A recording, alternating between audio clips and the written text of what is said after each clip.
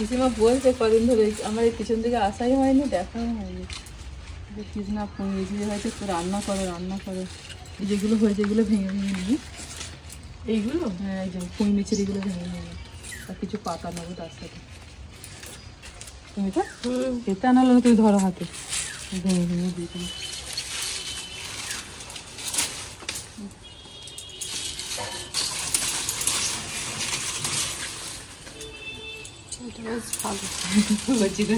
আমার কাস্তের যা অবস্থা, পাকা কলাও কাঁদে না।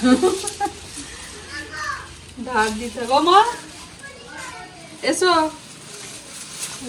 চলে আসছি। ঠিক আছে এসো। এই যেগুলো মিচুরি হয়েছে এগুলো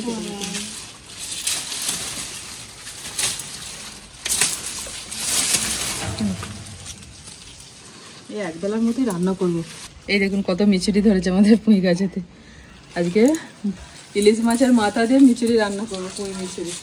আর সাথে থাকছে চিকেন। অত সুমিতা এসেছে কয়েকদিন, এটা ওটা রান্না হচ্ছে, চিকেনটা হয়নি। আজকে একটু চিকেন রান্না করবো। এই পুঁই গাছটা কেন রেখে দিয়েছে জানো? মিচুরি হওয়ার জন্য তো বটেই, তারপরে তোমার আমাদের না ওই সরস্বতী পুজোর সময় যে গোটা সেদ্ধ হয়, তখন এই পুঁই গাছের কিছু ডাঁটা লাগে, মানে নিয়ম দিতে হয়, যার জন্য রেখে দিয়েছে কিছু, যে তখন দেওয়ার জন্য। হ্যাঁ খেয়েছে। মামির হাত ভর্তি হয়ে গেছে, এবার বুবলু সোনা ধরবো, আমাকে হেল্প করবে বুবলু সোনা। ধরো বুবলু সোনা বলছে আমার হাত ভর্তি হয়ে গেছে। কি হবে তাহলে? তারপর বাকিটা তাহলে মা নেবে? ঠিক আছে, না ওটা নিয়ে নাও, ধরো ভালো করে। চলো ওতেই আমাদের হয়ে যাবে আজকে রান্না, অনেকগুলো তোলা হয়ে গেছে। বুবলুর কাছে কত। চলো রান্নার কাছে চলে যাই। চলো যাবে, চলো। শাক নিয়ে রান্নাঘরে চলে এসেছে। যে আমি শাক কেটে নিচ্ছি, আর ওদিকে সুমিতে একটু আদা রসুনটা বেটে দিচ্ছে।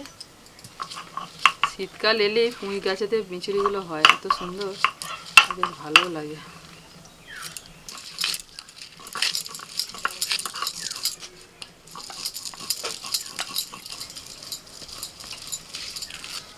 বুবুসোনা চলে এসেছে, রাগ হয়ে গেল না কি গো? কথা বলছে না কেন মায়ের সাথে?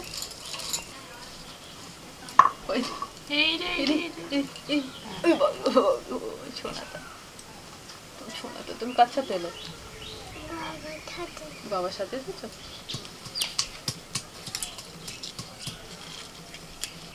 ভেঙে ভেঙে পেতেতে রাখো মা।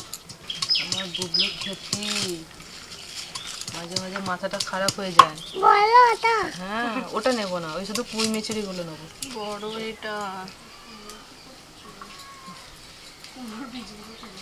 কুমড়োর বীজগুলো আবার নতুন করে গাছ হবে বুবলু।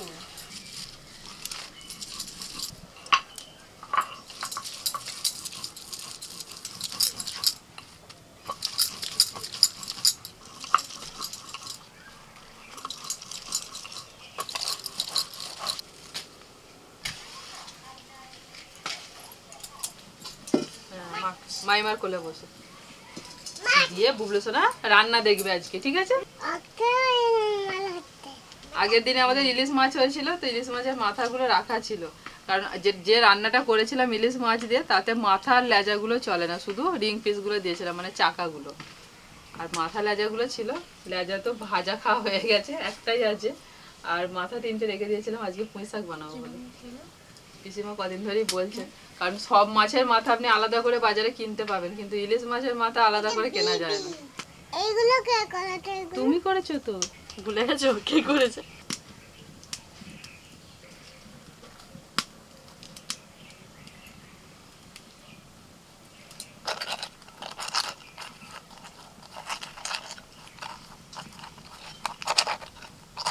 তেল গরম হয়ে গেছে, ইলিশ মাছের মাথা ভেজে নিচ্ছি।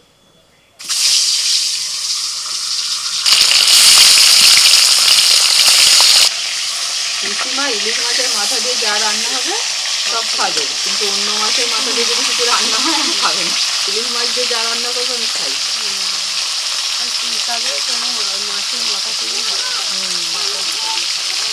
না যদি রুই কাতলা মাছের মাথা দিয়ে পুঁই শাক রান্না করি তাহলে খেতে চাইবে না, ইলিশ মাছের মাথা দিয়ে করলে দেখো সুমিতা, তোমার ভাগ্নির অবস্থা দেখো, নিজের মতো কাঠি দিয়ে গেঁথে গেঁথে খাচ্ছে। চিনা হয়ে গেল না তো, বুঝলো মাথায় এলো কি করবো, সেটাই তো। তুমি খাও।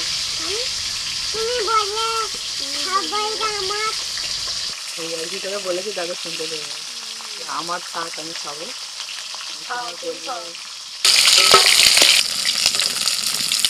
তেজপাতা, শুকনো লঙ্কা আর দিচ্ছি 5 ফোড়ন।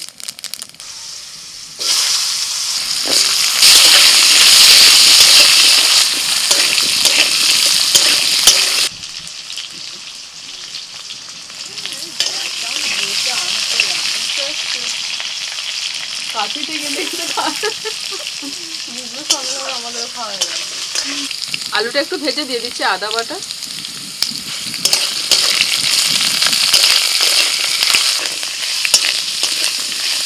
হলুদ গুঁড়ো, লাল লঙ্কার গুঁড়ো, জিরে গুঁড়ো, লবণ,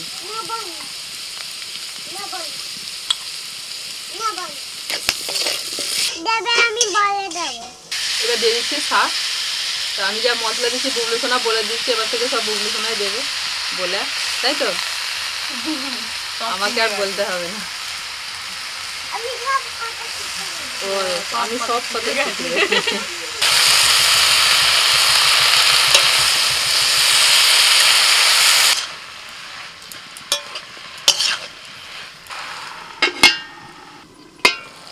মিনিট 5 জন্য ঢাকা দিয়ে দিয়েছিলাম, দেখুন শাক থেকে কত জল বেরিয়েছে। পুঁই শাকে কিন্তু আলাদা করে জল দিতে লাগে না, যে জলটা বেরোয় ওতেই রান্না হয়ে যায়। আলুও অর্ধেক সিদ্ধ হয়ে গেছে, মাছের মাথা দিয়ে দিচ্ছি।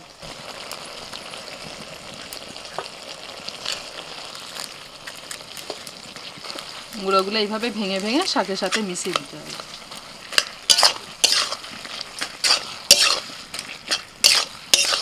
মাছের মাথা দিয়ে খানিকক্ষণ নাড়াচাড়া করে আবারও ঢাকা দিয়ে দিচ্ছি। সব শেষে দিয়ে দিচ্ছি অল্প একটু চিনি। শাক আর আলু খুব ভালোভাবে সিদ্ধ হয়ে গেছে, এবার নামিয়ে দিচ্ছি।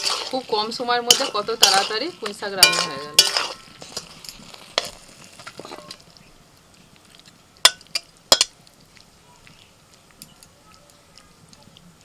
কড়াইতে তেল দিয়ে দিয়েছি, এখন আলুটা ভেজে নেব। মাংসের আলু একটু বড় বড় করে কেটে লবণ দিয়ে দিচ্ছি, একটু হলুদ দিয়ে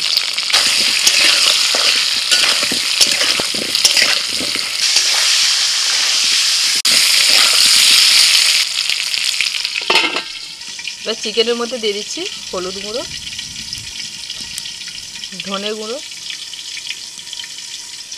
জিরে গুঁড়ো, কাশ্মীরি লঙ্কার গুঁড়ো আর দিচ্ছি একটু সরষের তেল। ভালো করে মাখিয়ে নেব।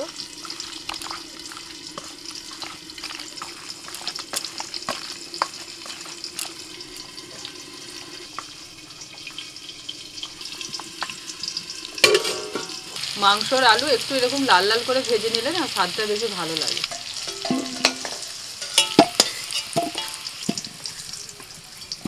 আলু ভেজে তুলে নিয়ে ওই তেলের মধ্যে দিয়ে দিচ্ছি শুকনো লঙ্কা, তেজপাতা, গোটা জিরে, পেঁয়াজ কুচি আর দিয়ে দিচ্ছি কাঁচা লঙ্কা।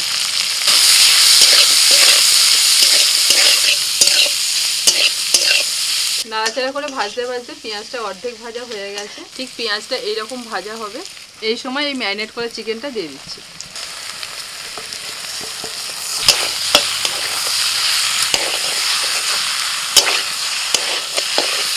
এখন ঢাকা দেবো না, এইভাবে চিকেনটাকে মিনিট 5 নাড়াচাড়া করে নেব। এবার দিয়ে দিচ্ছি আদা রসুন বাটা,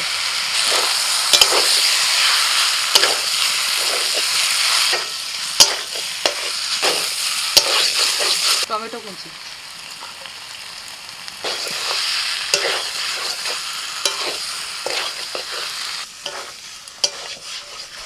চিকেনটা মিনিট 20 কষিয়ে নেওয়ার পরে আমি দিয়ে দিচ্ছি ভাজা আলু। আলু আর চিকেন খুব ভালোভাবে কষিয়ে নেব। আর আজকে সবথেকে কম তেলে কত তাড়াতাড়ি চিকেন রান্না করা যায় সেটাই আপনাদের। চিকেনের সাথে আলুটাকে দিয়ে কষিয়ে নিলে না মশলাটা ভালোভাবে আলুর মধ্যে ঢুকে যায়।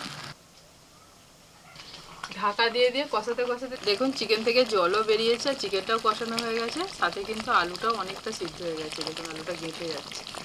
আরও কিছুক্ষণ চিকেন আর আলু সিদ্ধ করার জন্য আমি একটু জল দিয়ে দিচ্ছি, আর এতে একটু গ্রেভিটাও হবে।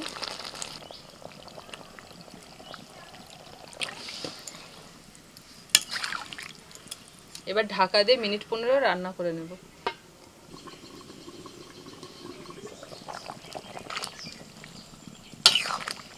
আলু মাংস সব ভালোভাবে সিদ্ধ হয়ে গেছে, দিয়ে দিচ্ছি একটুখানি গরম মশলার গুঁড়ো, সাথে দিচ্ছি কসুরি মেথি।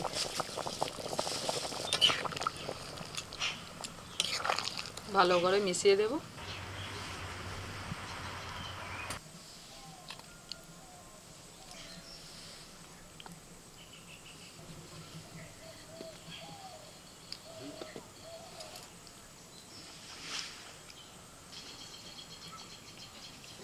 সুমিতা পিসিমা আসতে খান, আরেকটা আইটেম আছে। শাক দিয়ে অর্ধেক ভাত খাওয়া হয়ে গেল। পিসিমা আরেকটু পয়সা। না আর পয়সা অনেকটাই দিয়েছো, ভালোই হয়েছে খেতে। পয়সা দিয়ে অর্ধেক খান, আবার ভাত দেবো, তারপর অর্ধেকটা মাংস দিয়ে খান। মনটা হচ্ছিল যে পুঁই শাক কৃষ্ণাকে বলছিলুম, কৃষ্ণা আজকে মাছের মাথা দিয়ে পুঁই শাক করে দিয়েছে, দারুণ হয়েছে।